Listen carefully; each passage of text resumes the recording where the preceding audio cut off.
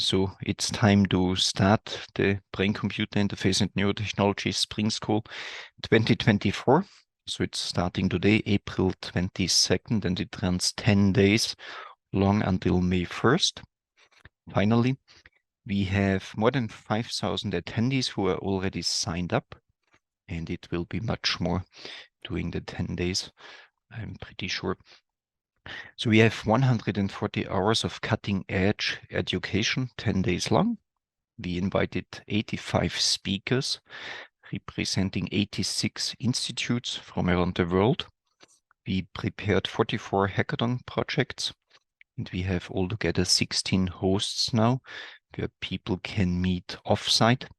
It is very nice because you can also work face-to-face together. Of course, we don't have time for coffee breaks, no lunch breaks, no toilet breaks, just continuous from 8 in the morning until 9 p.m. Austrian time, 13 hours of education every single day. And this qualifies you to earn 14 credits if you participate for the whole spring school. And we have already a lot of universities who are accepting the credits as part of the curriculum. So make sure to speak with your university to get it accepting. It's still time to become a hosting institute. So we have already 16 from different parts of the world, and the hosting institutes provide brain-computer interface hardware and software components so that people can participate in the hackathon and they can work together. So you can still sign up to become a host. And of course, you can also contact the hosts to work together. We opened also a Discord channel so that people can exchange information during the spring school. So just go to the website from Gtech. I put it into the chat, Gtech AT to spring school. And on the spring school page, you can actually see the join here button, log in, and then you can exchange information during spring school, which is very useful. So we will post, for example, the YouTube links of the videos and much more information there. And we have also registered the hackathon project, so you can already see which teams are existing. Very useful. Use it. Everybody is asking all the time if they can watch the spring school content again. So we are live streaming on YouTube, and the recordings will be there for 2 weeks. So even if you're now very early in the US or very later on in Australia and Japan, you can just watch the lectures again. But keep in mind, they are only there for 2 weeks. Today, first day of spring school, we have a very interesting program. So I invited people and speakers to tell us more about the basics for running brain-computer interface experiments. So we have to understand what we need: hardware components, software components, signal processing, and much more. This is all packed together today. So I will start with an overview of brain-computer interface and technology. I will also explain how the hackathon is organized. And then we have Frankie. He will show us how to record EEG data with very high robustness and quality, 99% purity index. And then we have Tomek from the famous Riken Institute in Tokyo, and he will show us how to use brain-computer interface for smell and also how to extract biomarkers from different pathologies using EEG, FNIRS, eye tracking, and much more. And then Martin from Gtech will show us how to run brain-computer interface experiments with Gtech Suite, how to configure the real-time and offline analysis. And then we have Masha. She's an artist and is working for many, many years with BCI technology and robots. And she will show us how she's combining them. And then we have Bernard from Gtech. He's one of our computer scientists, and he will explain how to run brain-computer interface experiments in virtual reality and also in augmented reality. And then we have Christoph Guger. He's the leader of our invasive department, and he will explain us how to use ECOG grids and also stereo EEG to record data from epilepsy and tumor patients with invasive sensors. That's, of course, a very interesting lecture. And then we have Dean Krosienski from Virginia Commonwealth University, an expert for brain-computer interface technology for many, many years. And he will show us how speech decoding is actually done with intracranial signals, so with implants. Then Slobodan will show us how to run event-related potential paradigms, and he will explain it with auditory EPs, visual EPs, and vibrotactile EPs. So a very interesting lectures. Then I'm very happy to have Anouk Wipprecht again. She's a fashion designer and she combines very often neurotech with her robotic dresses. And she will explain the screen dress project and much more what happened in the last year. Then I'm also very happy to have John Wolper here from NCAN in the USA. So he's one of the founders of BCI Technologies. About 25 years ago, there were only 3 labs active in BCI design, and John is coming from one of them. And then we have Alexander from Meta, and he will show us what Meta is actually doing in this domain, which interfaces they're developing. So also a very nice contribution. And at the end of the day, Alex will show us how to run closed loop experiments by using EEG and functional electrical stimulation and TMS. So he will explain how the brain is used to trigger these different stimulators. So every day the program will start at 8 Vienna time and we end at 9 p.m. Vienna time. For people from the US and Japan, please log in YouTube and you can also watch the lectures there, so you don't have to stay up all the night or wake up at 2 a.m. in the morning. And I'm also super happy that Spring School is featured completely in many different countries. For example, in China. And they are also streaming on different platforms beside YouTube. And last year we just reached thousands of people just in China. And you can see also the program and other content is translated. So please just log in into these platforms. Our partner BioReco is promoting this a lot in China. And then you get also other language translations beside English that you can use. We have also a social media challenge again. So you can win a Unicorn Hybrid Black. And basically, you should write a story about Spring School, what you like, what you don't like, which experiments inspire you to do other work, whatever you do. And the coolest and most creative story can actually win a Unicorn Hybrid Black. So this was always a lot of fun in the past years. So at the end, we will collect all the posts together and then we will make a group decision of the best social media post, and then we are happy to send you a device. If you're doing this, please don't forget to tag us on Facebook, Instagram, LinkedIn, whatever social media platform you want to use, TikTok, whatever you like, so that we can find you. And we will select a very funny and good presentation at the end. So here's an example of Martin from Radboud University, and he wrote a nice post last year, or 2 years ago actually, already about the Spring School. So there is some inspiration on the website, but we got also very nice videos. They are also on YouTube. So if you want to see what people did in the past, just go on YouTube and check it out.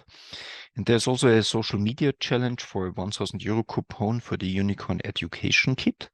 So the education kit consists of 8 brain-computer interfaces, and it's very nice for universities to teach BCI technology and neurotechnology. And in this case, you get the 1,000 euro coupon. The challenge is to write a LinkedIn post. Please don't forget to tag Gtech Medical Engineering so that we can find it. And in this case, it's very simple. So the post with most of the likes wins the coupon. So it's very easy to make a selection. And we are looking forward to your contributions. Just a small hint. If you do it earlier, it's more likely that you get more likes. So many people in the past did it on the last day or the second last day. So if you start earlier, it's much easier to get more likes, and it's also good for us because more people are coming to Spring School. So I'm starting now my first lectures. I will give you an overview about brain-computer interface technology. So I'm Christoph Guger. and I'm coming from Gtech. Gtech has offices in different countries of the world. I'm personally sitting in Schiedlberg. This is a very small village where we have about 1,000 people. So we have no traffic jams. We have a lot of parking slots, and it's very quiet here. And that's the reason why we are sitting here. It's very nice to work. Then we have also an office in Graz. This is in the south of Austria. This is where we are doing our hardware design. In Schiedlberg, we are doing software design, research projects, and also international sales. And then we have also sales offices, for example, in New York, in Canada, in Hong Kong, in Japan. And this year we started also in Cali, in Colombia. And we have also a development team sitting in Barcelona, and they are doing a lot of software design for us. And we are running many different research projects. So at the moment we have about 15 different projects, and these projects have all to do with brain-computer interface technology. In Coma Aid, we are combining, for example, EEG and FNIRS recordings to work with coma patients and to figure out if they have some awareness. In Recoverix, MS, we work with brain-computer interface for the neuro-rehabilitation of people with multiple sclerosis. In the MetaBrain, that's the last one that I'm mentioning, we are developing magnetic stimulators, which develop to activate nanoparticles, and these nanoparticles are inserted into deep structures of the brain, for example, the thalamus, and they can produce very spatial electrical, very localized electrical stimulation when they are activated with magnetic pulses from the outside. This would be very nice in future because we don't have to implant electrode wires into deep structures of the brain. We could just activate it with magnetic fields. But this is a project which maybe becomes a product in 10 or 20 years. I summarized also a little bit the Gtech history in the slides here. And we started about 1999 selling brain-computer interface technology, and this was based on my PhD thesis that I did at the University of Technology in Graz. And I developed a brain-computer interface which can actually work in real time. And then we tested also different algorithms, and one of these algorithms was common spatial patterns. There was a professor in Canada, Professor Cole, who actually visited our lab at University of Technology in Graz, and he developed the principle of common spatial patterns to figure out if epilepsy patients have seizures. And then Johannes Müller-Gerking from Germany was interested in using this algorithm to discriminate EEG data, and then he used it on offline data. And he figured out that his accuracy that he achieved was actually much higher than whatever people did before. And together with Herbert Ramoser, we implemented CSPs in real time. And we got a fascinating result with G3. This was our best BCI user at this time, that all the trials that we gave him were perfectly discriminated. So this was the first session where we achieved 100% accuracy with a brain-computer interface. And CSPs are still used nowadays for running motor imagery brain-computer interface experiments. So this is already going back 25 years. And then people doing my PhD were asking me if I can also sell the brain-computer interface. So I established Gtech together with Günther Edlinger, 1999. And we sold our first GBSM that you can see here on the image to Cambridge University in England. And the second system was sold to South Korea, and this is how we started. A few years later, we developed the MobiLab. So this was a wireless brain-computer interface, a wireless EEG amplifier. It was actually the first wireless EEG system on the market. And we used it also for experiments in Nepal, in the Himalayas, to do high altitude medicine. And over there, it's very nice that the EEG data is so clean because there's just no power line interference. And we became also a MathWorks connection partner. And since then, we are working with MATLAB in Simulink because it's just very powerful for running BCI and neuroscience experiments. And in the year 2000, we developed our G-USB amp.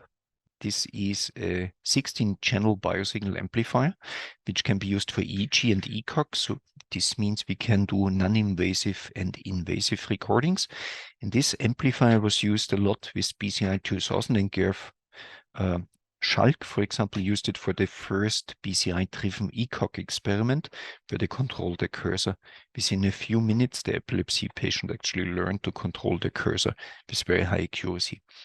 In 2007, we came out with Intendix. Maybe some people still remember it.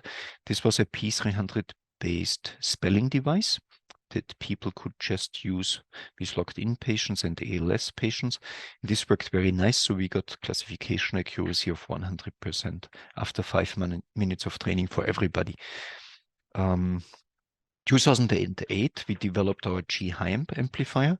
So this amplifier has 256 channels, and it can be used for non-invasive and invasive recordings. This is very interesting for implants because normally neurosurgeons implant a lot of channels, and then you can easily do it with one little box. So this amplifier was just much smaller than anything else that existed at this time. And nowadays, we can even stack 4 of these devices, and then we can do a 1024 channel recording. 2010, we got even the Microsoft Innovation Award for our BCI technology, and our EEG systems were also used here on the picture. You can see it with Angelina Jolie to create the cinema movie Beowulf. So this was the first movie that was completely computer animated, and they were using our BCI technology to read out certain electrophysiological data of actors. And then a few years later, 2013, we developed our high gamma mapping system Gtech, which is still used in neurosurgery and neurology departments to figure out where the most important brain centers are located based on high gamma activity. This is also based on brain-computer interface algorithms that we developed for cursor control and so on. In 2013, we developed the code-based visual evoked potential algorithm, which gives a very high accuracy for many, many people and for everybody, actually. And this was the reason why we hooked it up to control World of Warcraft with our brain-computer interface. And then 1 year later, we came out with the first wireless EEG system, which is completely sitting on the head. And this changed everything because this means that there are no cables anymore pulling on the electrodes. And this removes a lot of artifacts in the data. So when you're moving the head, then the whole system is moving with the head. Just the EEG data is much better. So our BCI classification accuracy was boosted by about 10% just by using wireless EEG data. Then 2007, we started with our Brain.io Hackathon series, and up to now, thousands of people were already participating in these hackathons that we are running every year. And we developed also electrical stimulators where we can do invasive stimulation of the cortex, but also non-invasive stimulation of muscle movements.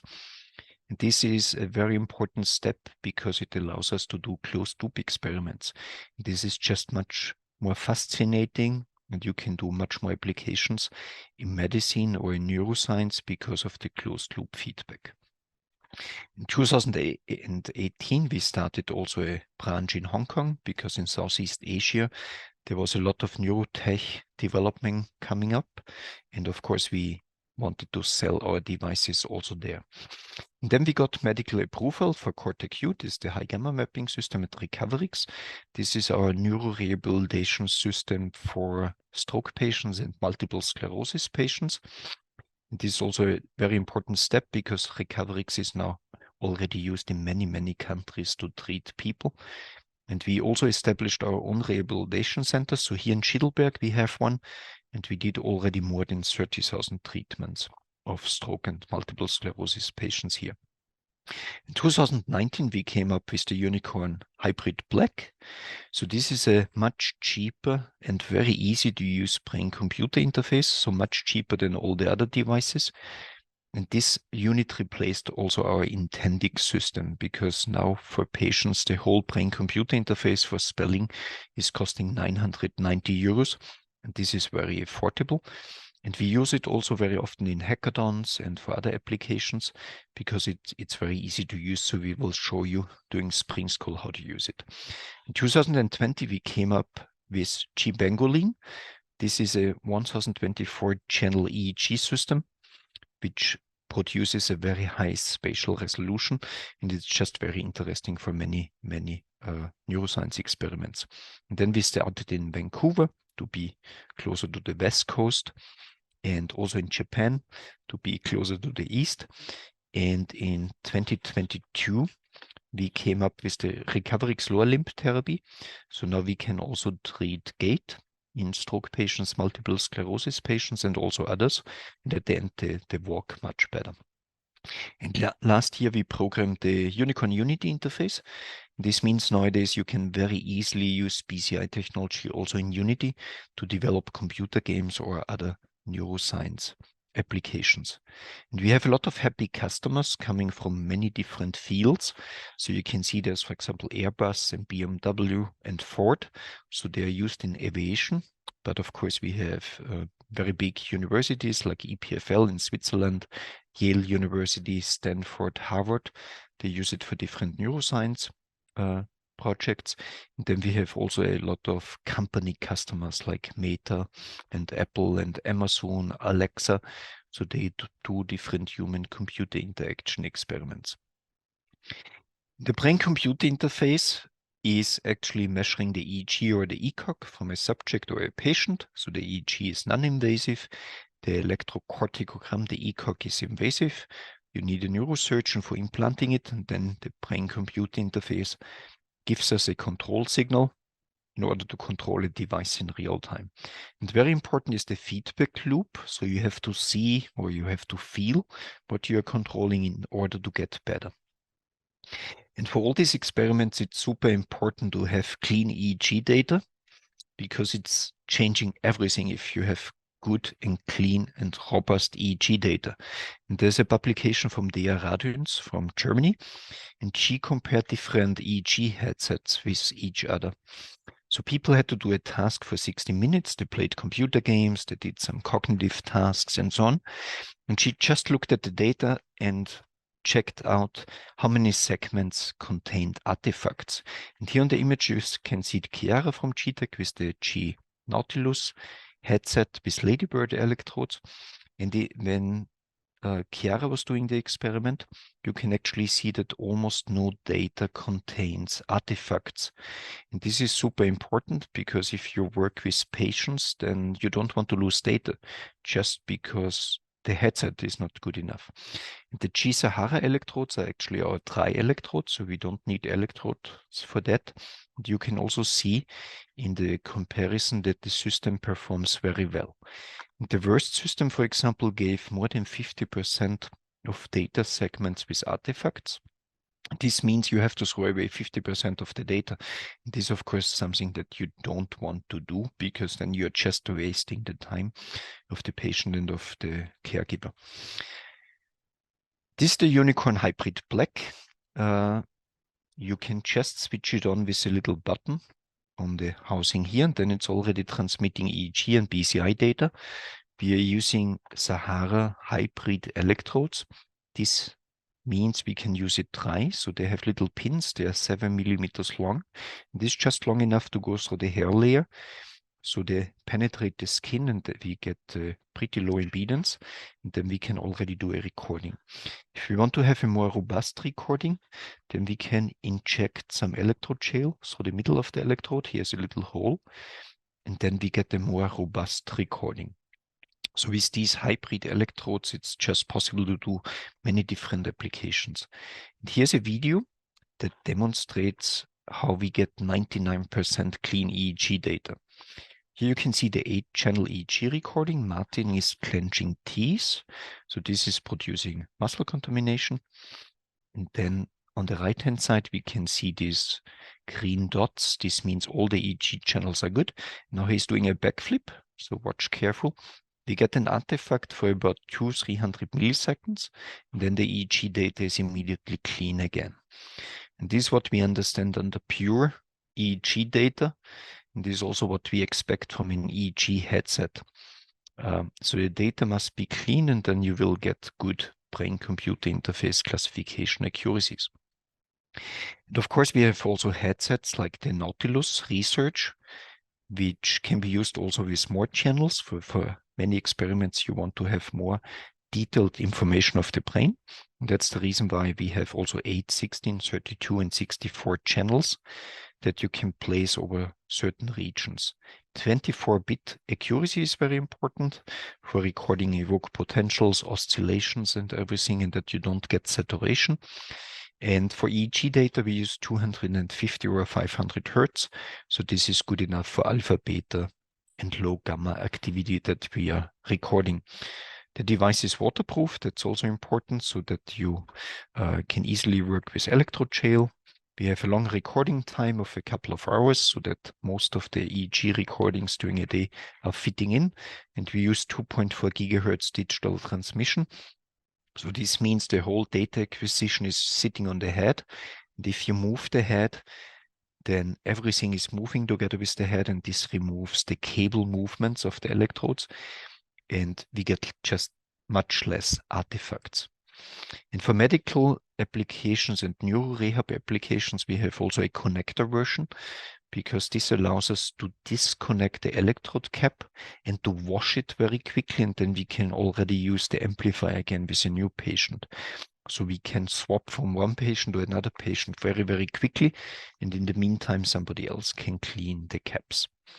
And here's a nice video recording from Martin from last spring school, where he is doing different exercises, and we are recording EEG data of 8 channels. On the left-hand side, you can actually see the EEG data coming in without any additional processing. And on the right-hand side on the scope, you can see the output of the wireless EEG headset after we are doing a very high oversampling, a very steep anti-aliasing filtering, and also adaptive filtering. Now he is making some exercises. You can see we get muscle contamination and also some movement artifacts in the data on the left-hand side. And then the right-hand side, you can just see how clean the EEG is. So for the sit-ups, he needs, of course, a lot of muscle strength. You can see the EMG activity, the muscle activity is overlaying a lot of EEG channels. The amplitude is very high, so the EEG is just blanked out. But on the right-hand side, we can still see a very nice EEG recording.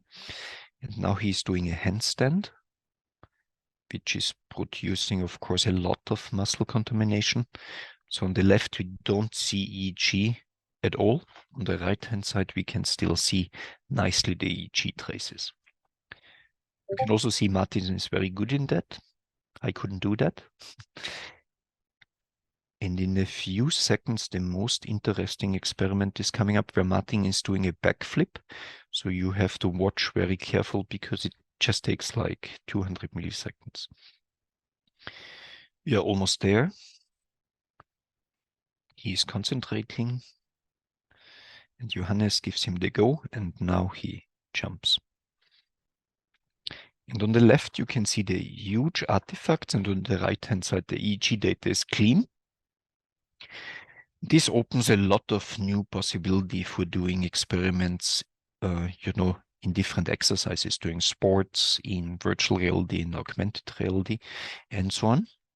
And we will also do a live demonstration of the toolbox so that you can see it again. But very important is, of course, that the EEG headset is as lightweight as possible. Otherwise, it would just fly away and you wouldn't be able to record continuously clean, pure EEG data.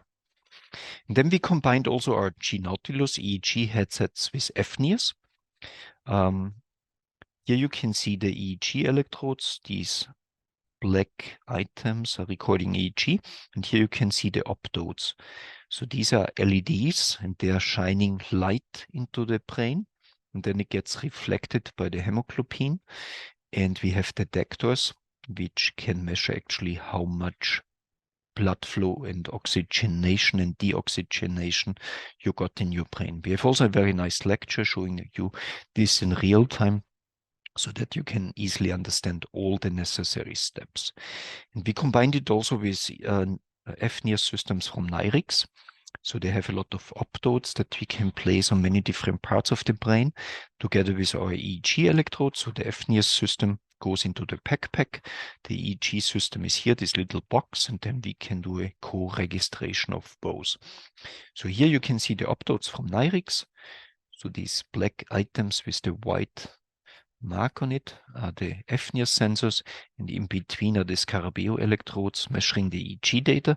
So we try to place the FNIR sensors and the EEG sensors pretty close together so that we can analyze both at the same time. And here's a little video that shows you how this actually works doing a real neuroscience experiment. So we have a paradigm editor implemented, which allows us to start different neuroscience experiments. So at the moment, the person is, for example, supposed to relax so that we get baseline activation. On the left-hand side, you can see 64 EEG recordings. So in this case, we are just visualizing the first 32 to see it nicely, and then the person is supposed to do a right hand movement imagination. So there's a trigger signal, this red line, available in G recorder, so that we get a very good time lock. And on the right hand side, you can see the FNIR's recordings of system. And whenever there is a new instruction, there's also a trigger signal fed in, and we can trigger exactly the FNIR's signal. So at the moment it's relaxing again, and here you can see the red line in the FNIR's recording system, and then we can time locked analyze the FNIR's and the EEG data. And we can run, for example, brain-computer interface experiments to get higher accuracies by analyzing both. And we hooked also up our EEG systems and brain-computer interface systems to ChatGPT. So everybody here knows ChatGPT, but we needed a signal processing chain to connect our amplifiers to ChatGPT. So what we did is we used one of our amplifiers, Unicorn, G-Nautilus, G-Heim, G-USBM, doesn't matter. Then we fed the EEG data into Simulink, where we extract features, and then we use C# to generate JavaScript text that we can actually put into ChatGPT. And here's an experiment with Sebastian. So he is equipped with a G-Nautilus EEG system. We are reading all the data into Simulink, where we can develop these block models. This toolbox is called G-HiSys Professional. And then Sebastian is doing different tasks. At the moment, he has eyes closed. You can see the alpha activity in the scope. So here this 10 Hertz oscillation indicates that he is relaxed. And on the right-hand side, you can actually see the interface for ChatGPT. And here we are estimating the delta data ratio, the data alpha ratio, and the beta alpha ratio. On the bottom, you can see the bandpower estimates in the delta, data, alpha, beta, and gamma range. And when he's relaxed, for example, the alpha activity goes up. And every 30 seconds, we are asking ChatGPT to interpret the data. And you can see here, after 30 seconds, we get already a suggestion what ChatGPT thinks what Sebastian is actually doing at the moment. And a little bit later on, Sebastian is also solving Rubik's Cube. So he's doing a real task. And then we ask, of course, again, ChatGPT what this is. So let's just watch a little bit more. He's still relaxed again. So you can see the alpha activity mostly on the channels on the back, because this is over the visual cortex. And when he starts with Rubik cubes, you can see the alpha goes immediately away. The alpha band power drops down because the motor cortex is activated. This is the event-related desynchronization that we are also seeing very nicely here. And then we ask again ChatGPT what Sebastian is doing. Of course, the text is here very small. That's the reason why I highlighted it a little bit.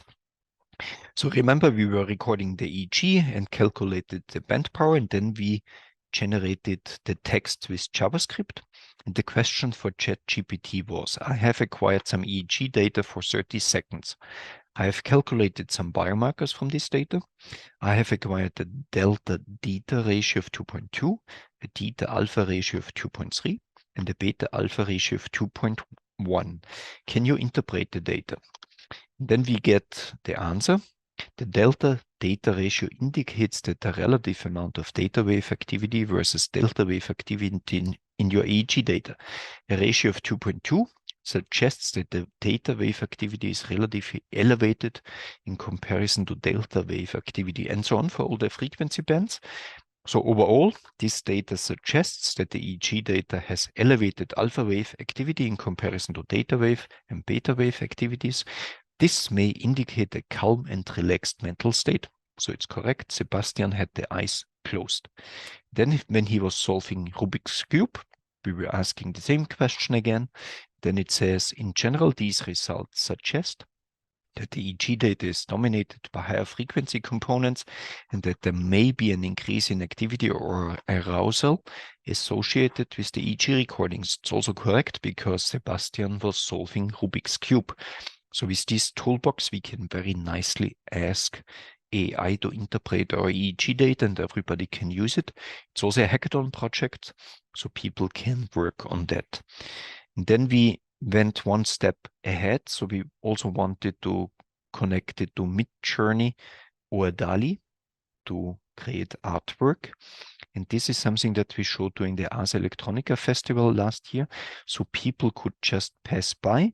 They were connected to the brain-computer interface and then artwork was generated. So in this case, we needed a pipeline which is reading the EEG data. We sent it again into Simulink to extract the features, had C# to create JavaScript. Then we put it into ChatGPT, and this was actually speaking with DALL-E. And here you can see an image which was created during Ars Electronica. So there was Art Explorer passing by, recording the EEG for a couple of minutes, and DALL-E created the image that you can see on the left. And actually there was a very nice article written about the experiment that you can also check out. And Leo is actually showing our newest development in this video. So we thought it still takes some time to put on the G.Nautilus device and also the Unicorn Hybrid Black. And we wanted to make it even easier and faster. And this is what Leo is demonstrating here. This is our new Unicorn headband. So Leo is just switching it on. It's immediately transmitting data into the MetaQuest. Then he puts it on, and 2 seconds later, we are already recording EEG data, and he can play different computer games that we implemented in Unity. And this is a other dimension of usability. Everything is integrated into the Quest, and you're just putting on the Quest, and you already get your BCI controls done. This is also the reason why we developed the Unicorn Unity interface, to make it as easy as possible to program computer games or neuroscience experiments or other serious gaming applications. And here's an example of my son, Yannick. As you can see, he is pretty grown up nowadays. So we put on the Unicorn Hybrid Black on Yannick.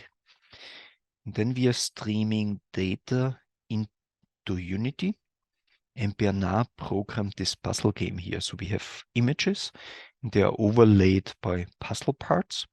And Yannick has to turn around these puzzle parts by looking at one certain part. Then it explodes, and the goal is, of course, to complete the image. So now he is looking at the next part. So we have a whole set of different pictures that you can select which one you have to solve. And this, for example, a nice game for ADHD children, so they can train concentration with this setup, but it also demonstrates how easy it is to use the brain-computer interface in Unity, because all the feature extraction, the calibration, the classification is prepared, and all what you have to do is to drag and drop the controllable items into your computer game. And I'm playing also with Yannick and Stella, my kids, Fortnite, also with Brandon Ellison, that many people will know. And There's a tool that I like a lot, which is a smash hammer, because if you activate it, you can destroy all your enemies. And so I was asking my guys, Martin and Bernard, to also program a BCI controlled smash hammer. And this is how it looks like. So with the BCI control, you can animate it and then it smashes everything and you can destroy all the enemies. This is just an asset in Unity. And with drag and drop, you can place it into the game and you can easily use it. So you don't have to deal about feature extraction, about EEG classification. This is all done. You can just use the smash hammer in your own program. And here's another video that Leo is demonstrating. This is our cognitive performance index. And here the idea is to log your cognitive performance in real time. And Leo is recording 8 channels of EEG data with the Unicorn Hybrid Black. Now he's doing the D2 tests. That's a concentration performance test that I like a lot. So I used it many, many times in high altitude medicine to describe how the lack of oxygen is affecting your cognitive performance. And you can just see when Leo is doing nothing, the cognitive performance index drops down, and as soon as he's starting to do the concentration performance test, the index goes up. So this is ranging from 0 to 100. And you can also let it run during a working day, and then you can actually understand how much cognitive performance you're doing during the day. This is very interesting also for virtual reality animations, because you can integrate it into computer games and make it more or less demanding. This is an example where we use the Unicorn Hybrid Black, the Nautilus, the G.amp and the G.USB amp at the same time. They are equipped on 5 different people. And we are measuring low and high engagement with the concentration performance index of all these guys. And everybody is doing something else. So on the top video, you can see, for example, Sebastian playing Tetris. And while he's doing that, his cognitive performance gets higher and higher with the speed of the different Tetris parts falling down. And Sebastian is trying to do his best to survive in Tetris. And so with this toolbox, we can actually log cognitive engagements of many, many people at the same time. And then you can also integrate this into information into hyperscanning experiments, or you can just do a workload analysis of a whole team in a company. So it's very useful for many different experiments. And this is all embedded in Gtech Suite 2020. So this consists of G-HISUS, GBS Analyze, G-need-access, and G-recorder. And Gtech Suite is actually reading in the EEG data from all our biosignal amplifiers. And then we have application programming interfaces, which allow you to use the amplifiers, the EEG data, but also other biosignal data in your own applications. But at the same time, we are streaming the data into G-recorder to visualize and to record the data, but you can also extract event-related potentials or heart rate variability. And afterwards, we are saving the data in MATLAB and HDF5 format, and you can read it into GBS Analyze to do the offline analysis. So this is a very sophisticated toolbox where hundreds of different analysis packages are included, and then you can just analyze your EEG data, your ECOG data, muscle activity, heart activity, and much more. And at the same time, we can also stream into G.HISUS. This is our rapid prototyping environment with MATLAB and Simulink. And it allows you to build up a new experiment within a few hours, because many hundreds of blocks are predefined. And we have also many neuroscience experiments already implemented. And then you can just modify it, and very often within minutes, you can start your own neuroscience experiments. And HISUS is recording also in MATLAB format. Then you can read it in GBS Analyze. And this is used to calibrate your brain-computer interface. So you get this classifier that you can use for real-time experiments. And we can also use Cortex-U for the high gamma mapping with epilepsy and tumor patients. And afterwards, we can read the data in GBS Analyze to look at the high gamma activation. And this is something that we are also using in a 256 channel ECG setup. This was something developed together with University College London. There's also a very nice lecture from Gabi showing us how this is working, and we can use it to predict sudden cardiac death risk. So this is very important in many countries because a lot of people die. And with this mapping procedure, you can actually very easily define and find people at risk. I'm looking forward to the lecture from Gabi. And here on the slide, you can actually see Gerd Purcheler. He was my PhD supervisor, and he also came up with the event-related desynchronization principle many years ago. So basically, he found if a person is doing a left-hand movement or a left-hand movement imagination, then the right hemisphere gets activated, and the red spot here is the ERD, or event-related desynchronization. And if the person is doing a right-hand movement imagination, then we find the red spot over the left hemisphere. These positions are at the same location for every human being. And for that reason, we know exactly where we should place the electrodes for recording left and right hand movement. And this is super important. So if you would place the electrodes on the forehead, you would never be able to capture hand movement. So electrode position is key for running brain-computer interface experiments. This principle is something that we are using nowadays for recoveries. This is our neuro-rehabilitation product for stroke patients and multiple sclerosis patients. So in this case, we put on a G-Nautilus on the patient. Then we have a computer screen in front of the patient where an avatar is moving, in this case, the left hand. And this is the instruction for the patient to do exactly the same.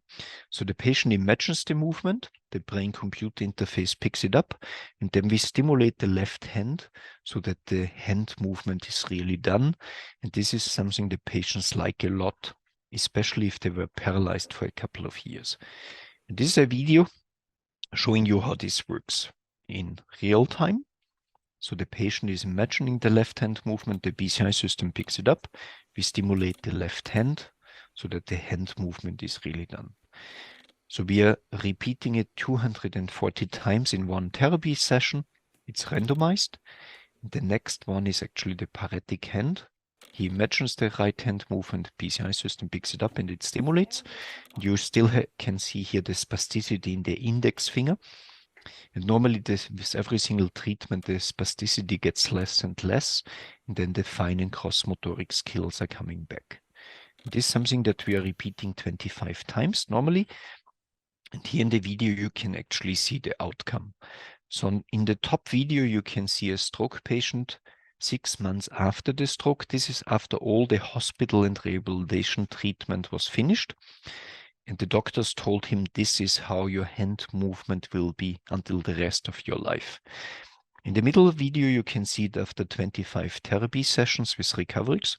Looks already much better. And on the bottom, you can see it after 50 recoveries treatments. This is like normal hand movement. So if I see it, I cannot see anymore that this patient had a stroke before. And this is exactly what we want to achieve with recoveries. Like mentioned before, we did already 30,000 treatments just in Heidelberg, in the little village where we are sitting.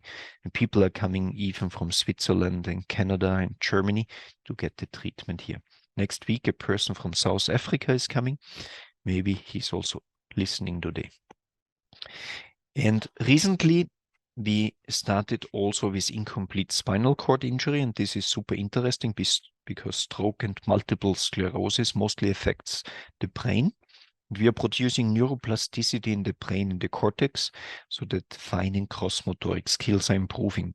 But we also wanted to test if this helps if the lesion is in the spinal cord and not in the brain. And here's an example of a person who had a spinal cord injury. On the top, you can see the patient before doing recoveries. On the bottom, you can see the patient after doing recoveries. So this means 18 hours of recoveries training. You can just see how much faster the patient can walk. So beforehand, he needed 29 seconds for 10 meters. Now he needs 13 seconds for 10 meters. And this is super interesting because we are producing neuroplasticity in the brain. So the neurons are forming new connections and they are using the fibers in the spinal cord more efficiently. That's the reason why the patient actually can move much nicer. And this is super exciting, of course. And here's an experiment that we did with 1024 high-density EEG channels with the G.tec system. So these little circles are showing you the 1024 EEG channels from Pangolin. The dark gray electrodes are the 19 clinical standard EEG channels that people are recording normally in the hospital. And then we teamed up with people from South Korea, and we investigated single finger movements. But first of all, we have to shave the person where we're doing the EEG recording. This video shows the and assembling we have of 5 to assemble the pangolin grids.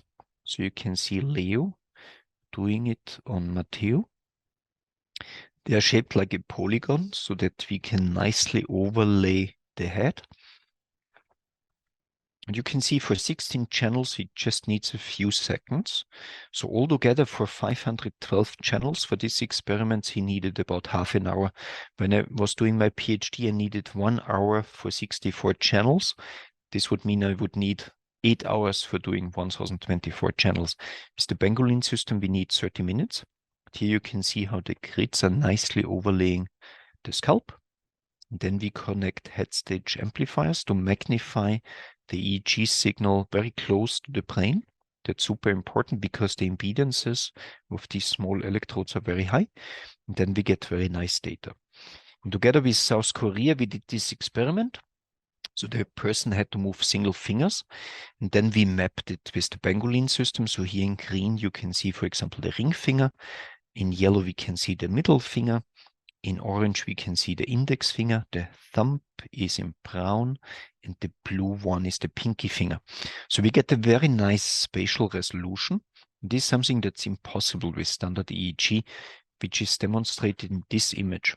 So if we would record from C3 here, and from CZ, the dark gray electrodes, you can just see how blind we would be, and we would never get the single finger resolution. That's the reason why we need so many electrodes. But there's also another very important fact. So these standard clinical EEG electrodes are very wide. So they have a pretty big radius, and then you're also injecting the electrode liquid. And then you are overlaying a very large area. And if you look at the image, then you can see we are overlaying more or less 9 pangolin electrodes. That's the reason why we don't get the good spatial resolution what we can do with the pangolin. Nowadays, I recommend PhD students take 3 papers that you like, replicate it with the G.tec system, and you get a very nice high-ranking publication, and whatever you find will be new. And then I'm moving to even higher spatial resolution that we can do with ECOG recordings in epilepsy and tumor patients. And here is a demonstration of using Gtech. This is an epilepsy patient from Japan, and he's sitting in front of a computer screen, giving him different instructions. So, like at the moment, relax. This is used to record high gamma baseline activity. On the left-hand side, you can see the 64-channel ECOG recording that we are doing with the implant, and then a wire is going to the brain-computer interface. And then he's sticking in and out the tongue. And this is activating, first of all, the face-sensitive region on the temporal base, because he's seeing the face on the computer screen. Then we get an activation of the tongue region or the sensory motor cortex. Just takes a few seconds and we get it. Then the patient is relaxing again so that we get additional baseline high gamma activation. Then he's listening.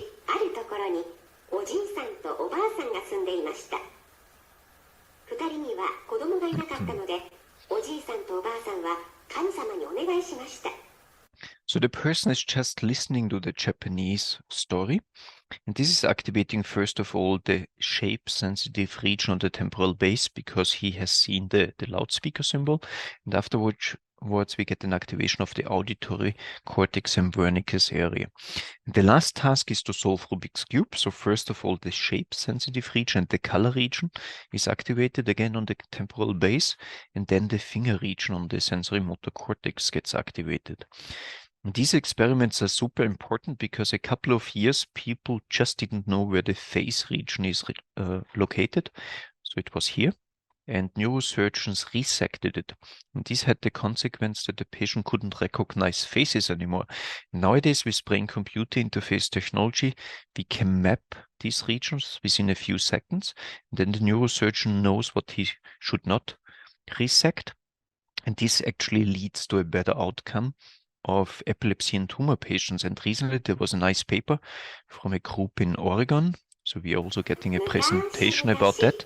And they showed that tumor patients are surviving longer if they get cortiQ, because the neurosurgeon can resect more precisely. This video demonstrates the intraoperative placement of an This is how we are doing it nowadays. So we can integrate CT and MRI images in interoperative scenarios. So when a tumor resection is done, for example, then the neurosurgeon can place different ECOG grids over the different landmarks that he sees in the images. So he can plan very nicely the surgery. Here he selects a 20-channel ECOG grid, and then you can just place it nicely over the corresponding brain area. So here you can see on the grid these little marks. This is indicating where the wire is coming out of the scalp. And this is actually the preparation that you can do beforehand. And then you can already go to the mapping procedure. And there was a very important step that Christoph Guger did with his team. We can even now map stereo EEG data. This means we put depth electrodes into the brain. And then we instruct the patient to do, for example, finger movements. And you can see 200 milliseconds later, we see where the finger movement is actually located in deep structures of the brain. And this is super fascinating, because a few years ago, people assumed there's no activity happening. Nowadays, with high gamma mapping with cortiQ, we get this immediately done. The last video that I'm going to show you is from Anouk Wipprecht. So she developed together with us the screen dress. So we are using the unicorn headband to acquire EEG data, and we can calculate the concentration performance that I showed you before. The concentration performance is actually controlling the eyes that she's showing on 6 displays here in the dress that she designed.